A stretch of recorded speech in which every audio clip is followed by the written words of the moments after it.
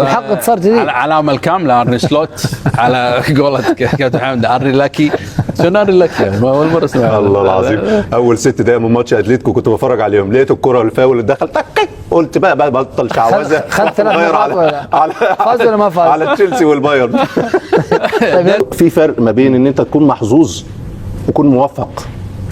طبعا اكيد الحظ انت ممكن لو خدت بالاسباب ما خدتش بالاسباب يجي لك لانه نصيبك، انما التوفيق لازم تاخد بالاسباب. حتى في القران الكريم ربنا سبحانه وتعالى لما اقترن لفظه لم يقترن بالحظ، اقترن بالتوفيق، وما توفيقي الا بالله. انما في الحظ الحظ عموما في القران هو لفظ لو خدت بالاسباب ما خدتش بالاسباب بعد وما يلقاها الا الذين صبروا وما يلقاها الا ذو حظ عظيم. ده في الاخره، الحظ في الاخره. فاهم؟ ان الذين كفروا ليس لهم حظا في الاخره.